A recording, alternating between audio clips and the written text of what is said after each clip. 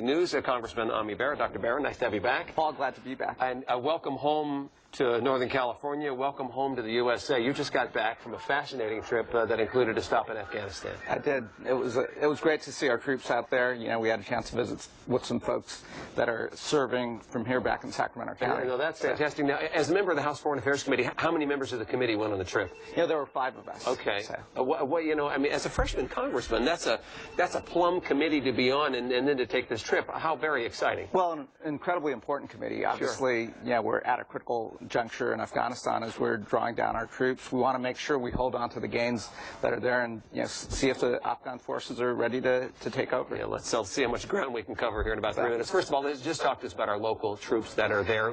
How did you get a chance to meet them, and when are they coming home? And I assume this is not a first deployment for many of them. For many of them, it's not a first deployment. You know, they're slowly rotating out. You know, another 30,000 are scheduled to come back by February 2014. And then, you know, negotiations are taking place to see what kind of presence we have in Afghanistan post these presidential elections that take place there. You know, what we have to make sure, though, is the troops have served admirably. They've met every mission that's been set forth for them. Now when they come home, we've got to make sure we take care of them in the same way they've served us. Yeah, there's nobody that doesn't want that to happen. Right. We hear problems, meeting the needs of returning vets. Is it a problem of funding? Is it just a bureaucracy?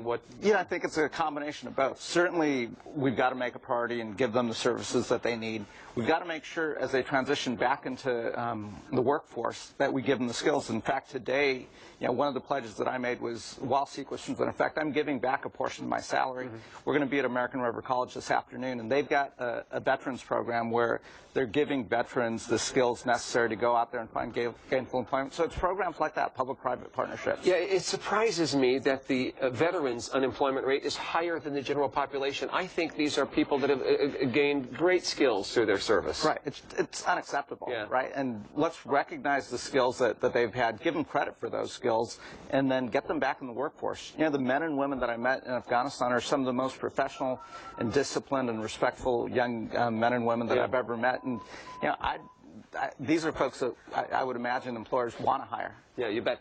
We don't talk a lot of international politics, but I think you're the only person I know who's met Hamid Karzai. So you had a chance to meet with the president of Afghanistan, and he's such an interesting international figure. And he has to play to a home audience and to an international audience, and we find he doesn't always say the same things to both sides. Talk to me about meeting him. You know, we spent an hour with President Karzai, and we're the first congressional delegation in a while to do that.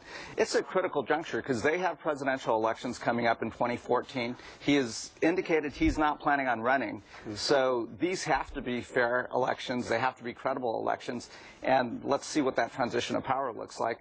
You know, we're starting to draw down. You know, this is the first fighting season where our troops are just there in a support role, where the Afghan National Security Forces have to take the lead. Let's see how they perform. Are you genuinely optimistic that is a society that can do democracy? You know, their democracy is going to look different than our democracy, but, you know, we've spent a lot of time trying to give women's rights, you know, getting women educated there. You know, there's still a clash of cultures. Yes. I mean, it is not America, but, you know, let's hope that, you know, we can hold on to some of that. Well, and I'm not alone. I'm of the opinion that educated and active women, that's what makes society work. You leave it to the guys, and it doesn't go well. Well, as a husband and a father of a daughter, I know the women are smarter in our family. Well, we have that in common. Again, welcome home. How long are you home before you go back to D.C.? Yeah, we go back in session next week, so we've got a pretty packed week. All right, thanks very much. Thanks, Paul.